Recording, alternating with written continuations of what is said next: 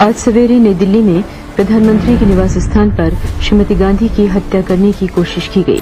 Indira Gandhi, the Prime Minister of India, has been shot and very gravely wounded. The incident only happened within the last few hours. Good evening. Indira Gandhi, ruler of the world's largest democracy, died today, shot down by two of her own bodyguards. Indira Gandhi की हत्या को किसी भी तरह से जायज नहीं ठहराया जा सकता, लेकिन दो लोगों की गलती के लिए पूरे सिख समाज के साथ क्रूरता की हदें पार कर देना भी सही नहीं था। 31 अक्टूबर 1984 को इंदिरा गांधी के दो सुरक्षा कर्मियों ने उनकी गोली मारकर हत्या कर दी। दोनों हत्यारों सतवंत सिंह और बेअंत सिंह को गिरफ्तार किया गया और इंदिरा गांधी को अस्पताल ले जाया गया, लेकिन तब तक बहुत देर हो चुकी थी। इंदिरा की हत्या के बाद कांग्रेसियों ने जो किया वो बहुत ही भयावह था। दोनों हत्यारे सिख समुदाय से थे, इसलिए कांग्रेस ने इसकी सजा पूरे सिख समुदाय को दी। तत्कालीन राष्ट्रपति ज्ञानी जैल सिंह को भी नहीं छोड़ा गया, उनकी गाड़ी पर भी पथराव किया गया। कांग्रेसियों ने ऐसा नरसंहार किया जो आजाद भारत के इतिहास में नहीं हुआ। 31 अक्टूबर की शाम ढलते ढलते सिख समुदाय के लोगों के घर जलने शुरू हो गए थे। उधर आसमान में ढलते सूरज की लाल रोशनी थी और इधर धरती सिखों के खून से लाल थी। जो सिख जहां दिखा उसे वहां निशाना बनाया गया। कहीं बसों से उतार कर मारा जाने लगा तो कहीं बाइक सहित आग लगा दी गई। सिख समुदाय के लोगों को समझ ही नहीं आ रहा था कि आखिर वो किस गलती की सजा पा रहे थे। जो अपराधी थे उन्हें तो गिरफ्तार कर लिया गया था, तो फिर मासूमों को क्यों निशाना बनाया जा रहा था। पुलिस कांग्रेसियों के हाथ की कठपुतली बनी हुई थी। वो दंगों को रोकने की बजाय बढ़ावा दे रही थी। कांग्रेसियों का नरसंहार सिर्फ दिल्ली तक ही सीमित नहीं था, देश के हर कोने में सिखों को निशाना बनाया जा रहा था।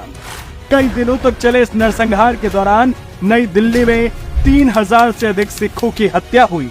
वहीं पूरे भारत में 8000 से लेकर 17000 सिखों के कत्ल की बात कही जाती है और इस दौरान कम से कम 50,000 सिख विस्थापित भी हुए। कांग्रेस के तांडव ने न महिलाओं को छोड़ा, न बच्चों को और न ही बुजुर्गों को। मंजा पा देता, रजाई पा देती, फिर सड़िया हुआ टायर पा के मेरे आदमी नू अद्धा सड़ गया मेरा आदमी अद्धा। तो रुई लेके आए तेजाब की यहाँ पे रख दिए सीने पे, उसको जला के पेट्रोल से 2-4 टायर रख दिए ऊपर गाड़ियों पे, उसमें जला था। यही चीज ऐसे पेट्रोल वगैरह जिंदे पे लेड़ के और आग लगा दी जिंदे को। 2 आवाज आई कि बचाओ बचाओ, उसके बाद में आवाज ही नहीं सुनाई दी। जाके बाहर लेके गए सरदार जी को, पहले तो उसके गोड़े तोड़े लट्ठों से, फिर मिट्टी का तेल डाला, पेट्रोल डाला, सारा जला दिया। ये हमारे आंखों के सामने बेटे। किन्नू लब्बन डे मैंने कहा सरदार जी ने तो इत्थे साड़िया ना वेख्या इन्हीं को मोम जैसे लत पई सी उन्हां दी। फिर मैं उन्होंने इकट्ठी करके उत्थे फिर उत्थे लगाती उन्होंने फुल पल चुके। हिंदुस्तान पाकिस्तान वासी ताई नहीं जो दिलों में आती जिंदा नुसाना जिंदा मारना अच्छे के हिंदुस्तान वासी नहीं सी, हिंदुस्तान में रहने वाले सी।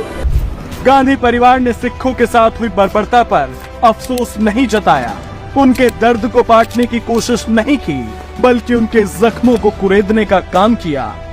19 नवंबर को राजीव गांधी ने अपने भाषण में सिखों के प्रति संवेदना प्रकट करने की बजाय कहा कि जब कोई बड़ा पेड़ गिरता है तो धरती हिलती है। तो क्या राजीव गांधी ये कहना चाह रहे थे कि इंदिरा की हत्या के बदले हजारों सिखों का कत्ल मामूली बात थी? इंदिरा जी की हत्या हुई थी तो हमारे देश में कुछ दंगे फसाद हुए, लेकिन जब भी कोई बड़ा पेड़ गिरता है तो धरती थोड़ी हिलती है। जब राजीव गांधी के ये विचार थे तो सिखों का नरसंहार करने वालों को गांधी परिवार की ओर से उपहार मिलना तय था। सिखों के कातिलों के उपहार की कहानी अभी बाकी है।